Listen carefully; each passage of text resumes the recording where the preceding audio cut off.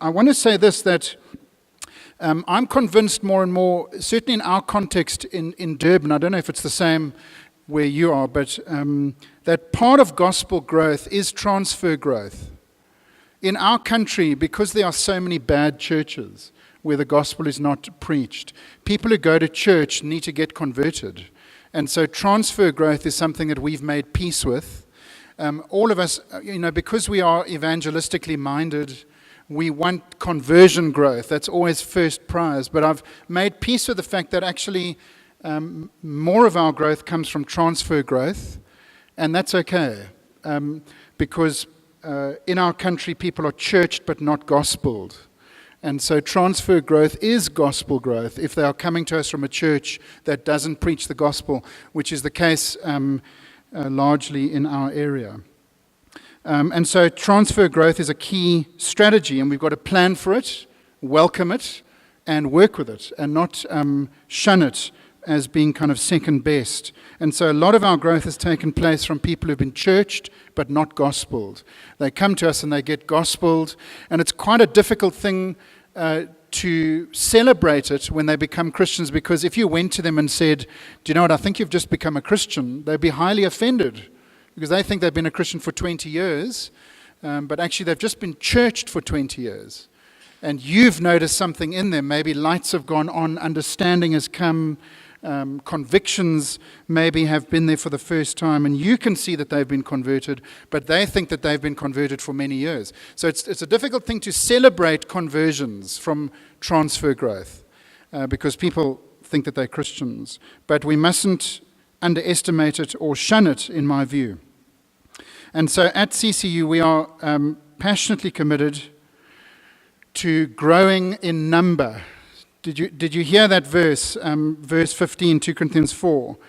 It's all for your sake, so that as grace extends to more and more people, it may increase thanksgiving to the glory of God. We want grace to extend to more and more people, whether they're coming to us from other churches or whether they are coming to us as completely unchurched unbelievers. We don't mind. Grace needs to be extended, because as grace is extended, God gets more glory. Now, specifically this morning, so let me just say this. One of the mind shifts that I've had to undergo with regards to growth is that we do actually want a big church.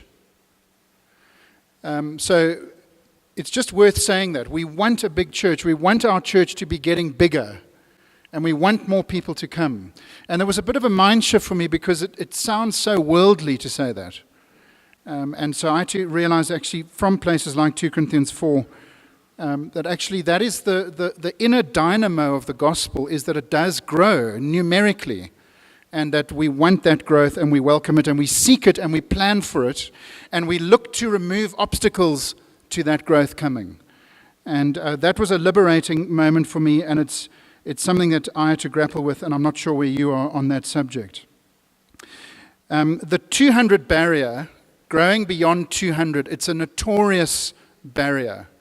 And we idled around the 200 mark for a couple of years before we grew beyond it.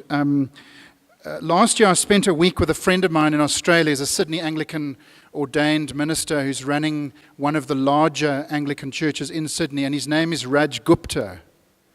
So can you imagine the mirth in my church when I told them I'm going to spend a week with the Guptas in Australia? No relation. He's just done his doctorate of ministry on the subject of why do Sydney Anglican churches struggle to grow beyond the 200 barrier. And I was there when he presented his doctorate of ministry, and so I owe a lot of this to him and to that doctorate. But what he discovered doing the stats on the Sydney Anglican Diocese, which is double the size of Reach SA. So the Sydney Anglican Diocese has about 250 churches, which is roughly sort of double our size. And what he discovered is that there are only 20 churches out of 250 that are bigger than 500 in the Sydney Anglican Diocese. And between the years of 2005 and 2015, there were only 4 churches that grew beyond the 200 barrier. Most of the Sydney Anglican Diocese churches are sub 200. Actually, most of them are sub 150. And what's interesting, one of the things that he uncovered and has challenged the authorities in the Anglican Diocese of Sydney with is the fact that they've got a fund which they call the Greenfields Fund, which is millions of Aussie dollars set aside for when a new area is developed in New South Wales. They'll use that money to buy up land so that they can put a church there, which is very forward-thinking and wonderful resources that they've got. But what Raj discovered is that the planning that's gone into the Greenfields Fund is that they will only build churches. They're planning to build churches that only seat 150 people. So they're forward-thinking on the one hand, got a fund to buy up land in new areas, but there's a lot of frustration about the fact that the biggest that they're thinking is 150 people in a building. So they'll only build buy a piece of land that can park and house 150 people. And so a few motions over the last couple of years have gone through Synod to challenge that doctrine. And there's now some fresh thinking that's come into that. So in other words, they don't expect to grow beyond 150 because of the difficulty of getting bigger than that. So most churches, I'm told in America, that the average size of a church in America is between 80 and 95. We only hear about the mega churches. So it's a notorious barrier. There are certain things that can be done to remove obstacles to getting beyond that barrier. And I'm going to share with you some of our own personal experiences, but also incorporating some of the things that some of the literature, including Raj's own doctorate, has uncovered about this barrier. And this one is the only one that deserves to be first. The rest are in no particular order of priority. But it must be an increasing evangelistic temperature in the local church, which sounds a little bit, we assume in our circles that we are evangelistically minded. But I've been reminded recently of how easy it is to slip away from that and from that evangelistic fervor. In his doctorate, he discovered that the consistent picture of the churches that he studied in the Sydney Anglican Diocese was that they didn't have evangelistic fervor. So if you had asked any of the leaders of those churches if they were committed to evangelism, they would have said yes, but it was undiscernible in the actual church. And so raising the temperature, using the natural things in the calendar like Easter and Christmas, to raise the evangelistic fervor temperature in the church is a key thing to do. And one of the things that we've discovered is that we've copped quite a lot of flack for that. And so quite recently, but it's happened before recently as well, is that people will complain because the preaching in the church is evangelistic. And recently we've had a meeting with a guy who's said that he feels that the preaching at CCU has deteriorated over the last 3 years. And when we asked him why, he said because all we ever hear is evangelism. What about the other things? And now he's got half a point, so obviously there's lots of other things that we can talk about, but the point that I think is mistaken on is the sufficiency of the gospel.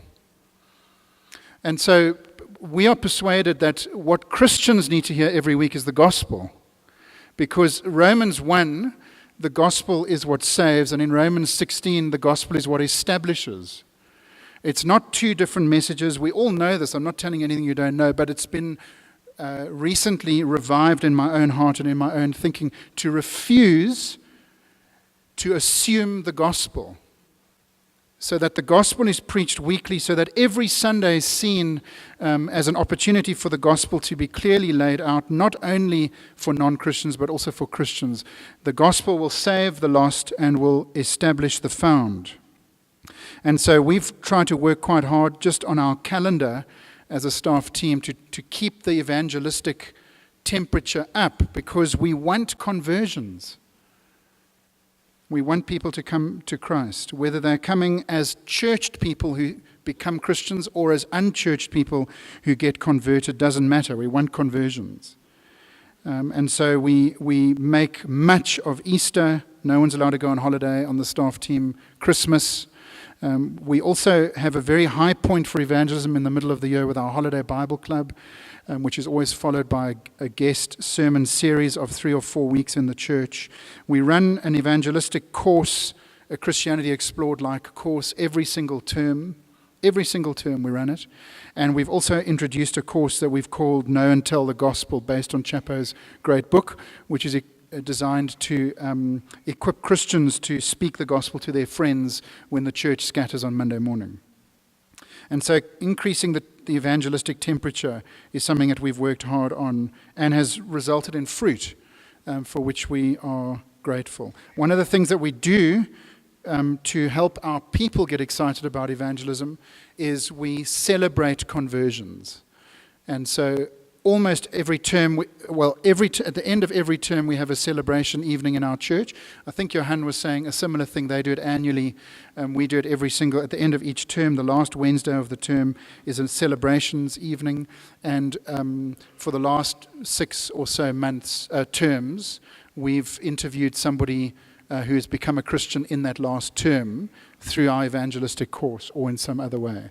End of last term, which was 2 weeks ago, it was a 7-year-old girl who was part of our schools program, came to our church and became a Christian, and she gave her testimony, and it was a wonderful celebration in our church. So trying to acknowledge and celebrate conversions is something that we do every term, and we do it deliberately, and we're looking for it all term as well. Incidentally, for those of you who are team leaders, one of the things that somebody told me to do, and I've done it, and I'm so glad that we've done it, is every week we have our staff team, which is 9 of us, we have lunch together, and we call it our celebration lunch. And every week, every staff member has to come with a celebration from their area of ministry from the last week. And we go around in a circle, and we just hear the celebration stories. Sometimes they're big, like a conversion. Sometimes they're small. And then we rejoice in one another's ministries. We rejoice in the work of God together. And it's been a great builder for our team and a unifier for our team, so that we can take an interest in each other's areas and then give glory to God. So I just recommend that to you if you're on a staff team. So looking for conversions and increasing the evangelistic temperature of the church is a key step to growing beyond 200. Here are some other things. Again, none of this is rocket science. It's all in the literature. None of it is original to me. It's in books that I've read and conversations that I've had. But these are some things that have rung true in our own experience. Number one, and again, no order of priority from now on, but facilities. Can I just talk to you for a moment about facilities? Another mind shift that I've had to have is that facilities matter. I'm struck that in our circles we don't think very much about people and space. And I think that that's wrong. I think the charismatics are ahead of us on that. People and space matters. And so building, expanding, relocating or upgrading are the different ways in which facilities can help. CCU over the last 12 or so years before I was there has done all of those things. They've built, they've relocated, they've expanded, and recently we've upgraded our foyer. And just as a matter of interest, one of the things we've noticed is that when we upgraded our foyer, expanded it, made it bigger and more comfortable, that we've noticed that people stay for about half an hour longer after church. And are just loving the space, because I had a charismatic elder of a church who's an interior designer. I took him to our church before we expanded before we did the foyer, and I said to him, "Give me your honest opinion on the foyer." And he's a good mate of mine, and he said, "Permission to speak freely."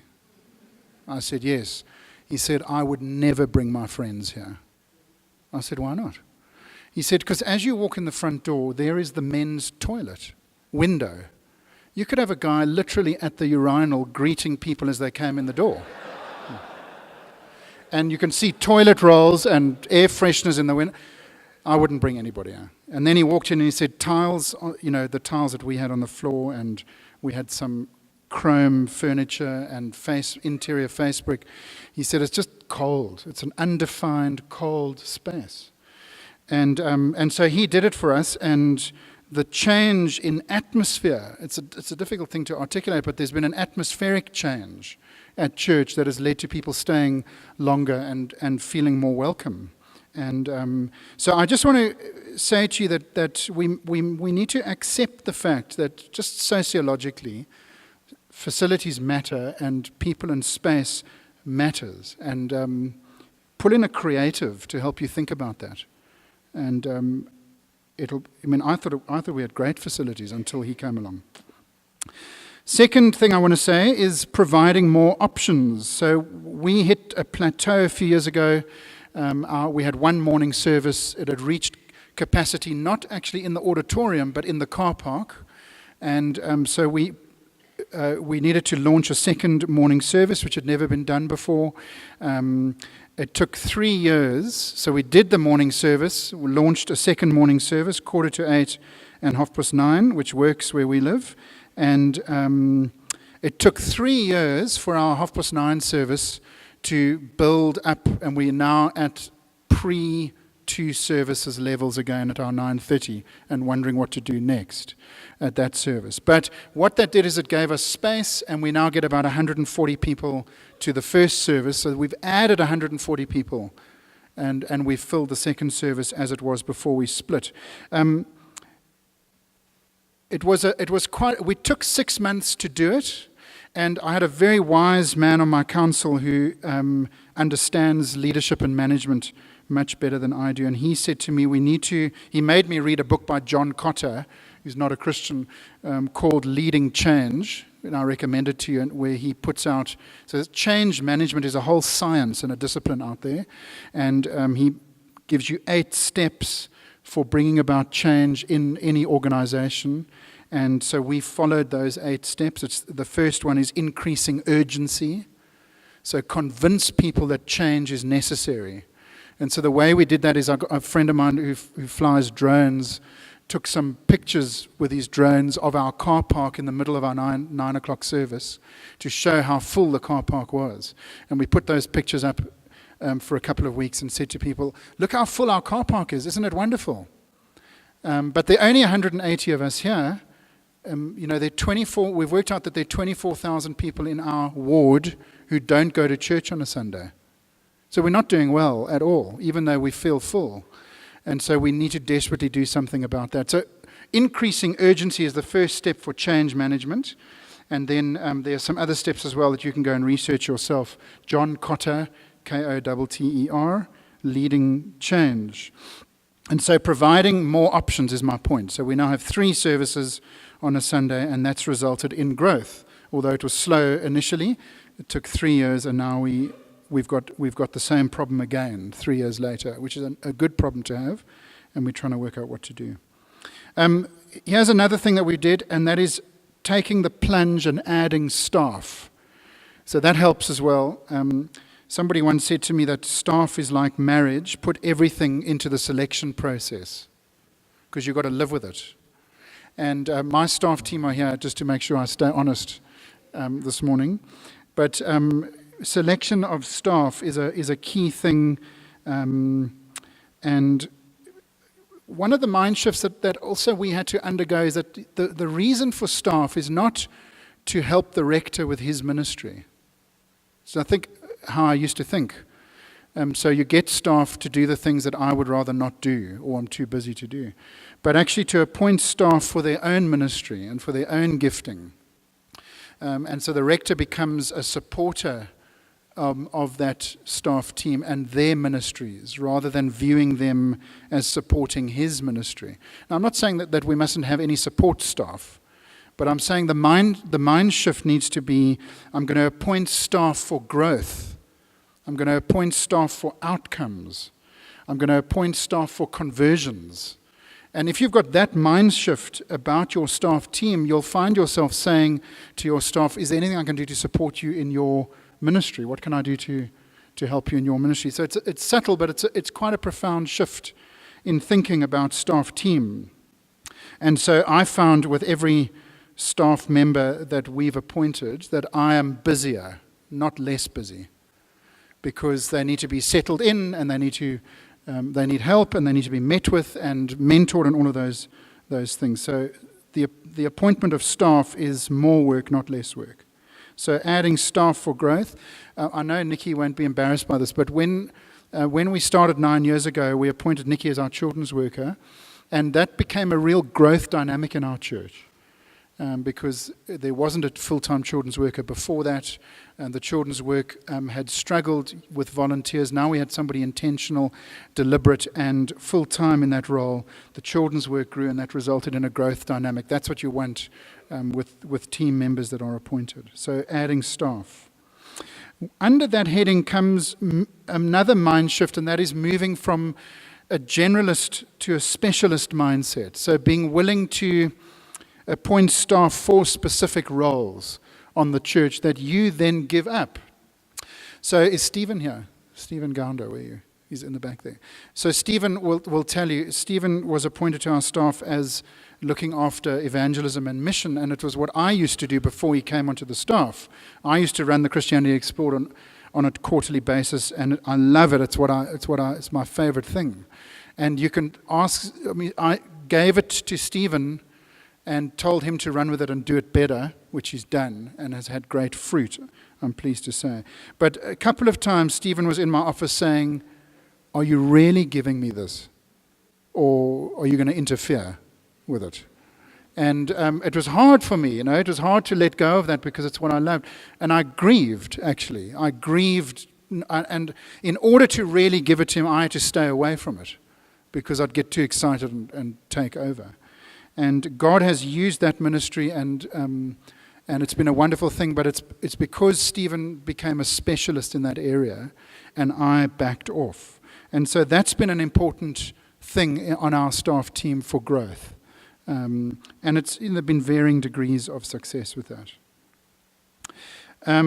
Here's a thing that Raj Gupta taught me, and I've experienced it, but I couldn't articulate it until he showed it to me, and that is, if you're going to, in order to grow beyond 200, you need to acknowledge less relational connectedness in the church. Raj showed me that there's an English anthropologist by the name of Robin Dunbar who has come up with a theory that church growth guys have leapt onto, and actually corporates in America have also leapt onto it, and it's become known now as Dunbar's number. And what Dunbar has recognized is that an ordinary person cannot meaningfully interact with more than 150 people. So even if you've got 5,000 friends on Facebook, they've done Facebook studies on this. Even if you've got thousands or hundreds of friends on Facebook, you actually only meaningfully interact with not more than 150 of those people. And that is kind of the recognized anthropological limit of our relational capacity. He thinks it's related to the size of our brain, and he studied primates, and they've got a lower number because their brains are smaller. But Dunbar's number is a very helpful tool for us to think about with regards to church and church growth. If it's true that you can only meaningfully be connected to not more than 150 people, it does mean that you need to think about appointing staff when you get to that level, or just before you get to that level. And what church growth analysts have noticed is that there's the principle of diminishing returns. So if you get to 300 in your church, you don't only need 2 staff members, you need 4. And apparently now in the big churches in America, the optimal ratio of staff to members is 1 to 76 to keep it growing. And so that was a helpful thing, to acknowledge less relational connectedness, which you will also cop flack for, because people who used to be connected with you now have to be connected to people around you, and are grumpy about that sometimes. And so recently we've been copping flack for that as well. And so acknowledging that, organizing smaller, so small groups become a key factor in your church, so that people do feel connected and loved and cared for. but relational connectedness has got to change, or else you will stay at 150. And I think that involves an educational process with the congregation, helping them to change their expectations and realizing that, I might not be the person that visits you in hospital, but your home group leader will, and that kind of thing. And some people will leave. Some of the church literature puts it like this, which is a familiar term to us, I think, is moving from shepherd to rancher.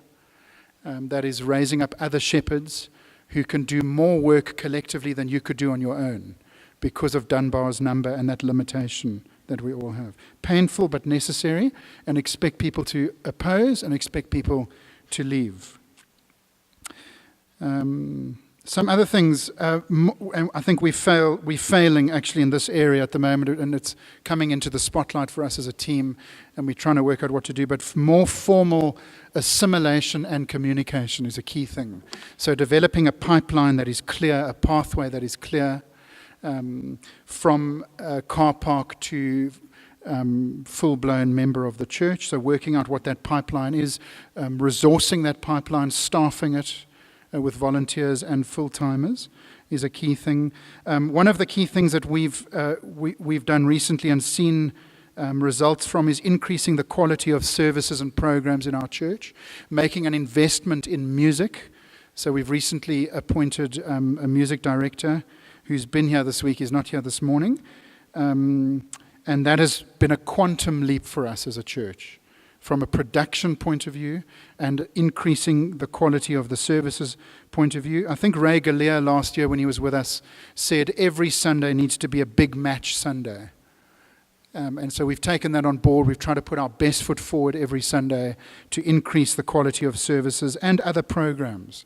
Thinking about things that evangelicals don't often think about.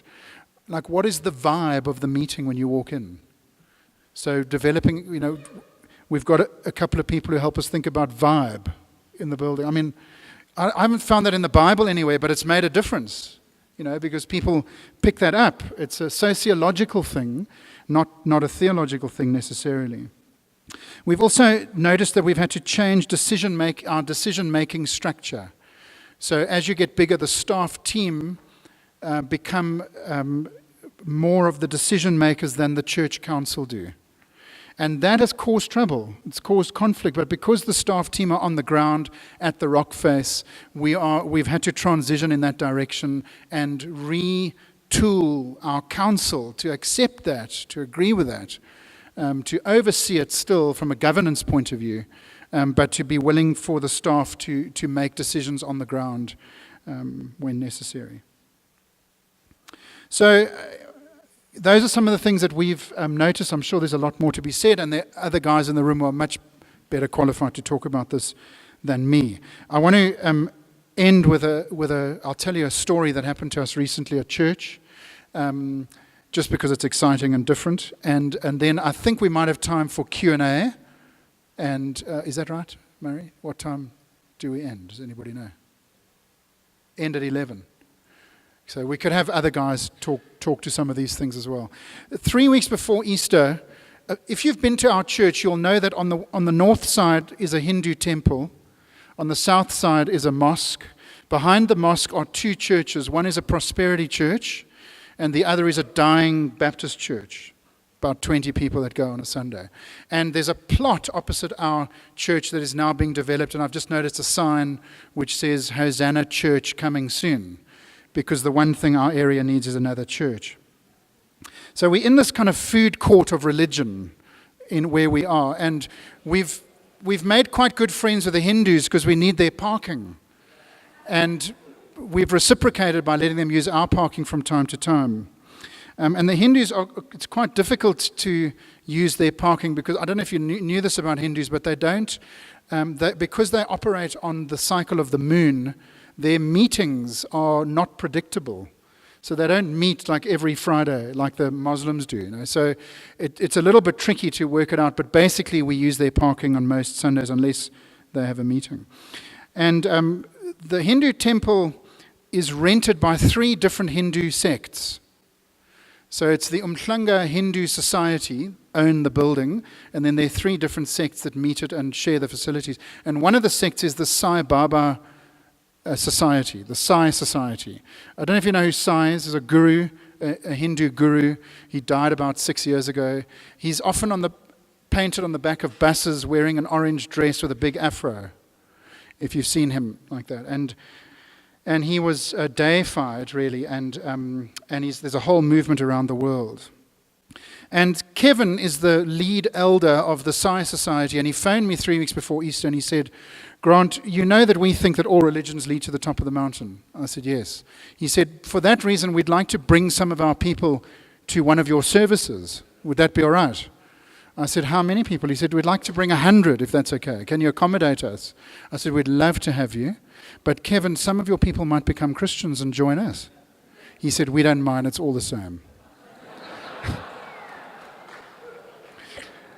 So the Sunday before Easter, we had 100 Hindus turn up at our early morning service, all dressed in white with a picture of Sai on their T-shirts. And they came and sat in the middle row, the best behaved children I've ever seen in my life. Put us to complete shame. And we got to preach the gospel to them. It was a wonderful occasion. And what was wonderful was not only that there were 100 pagans that we could preach the gospel to, but the response of our church was so wonderful to it. People left the services that they normally go to come to that service so that they could be involved in hospitality and hosting and bringing food. Everybody was engaged afterwards. We basically had to ask them to leave because the second service was about to start in order to get rid of them. And the response from them was such warmth that as I finished preaching and got off the stage, one of the other leaders came up to me and said, we'd really like to hear more about this. Would you mind coming to our meeting on Thursday night? And could you speak for 15 minutes on what Easter means to Christians?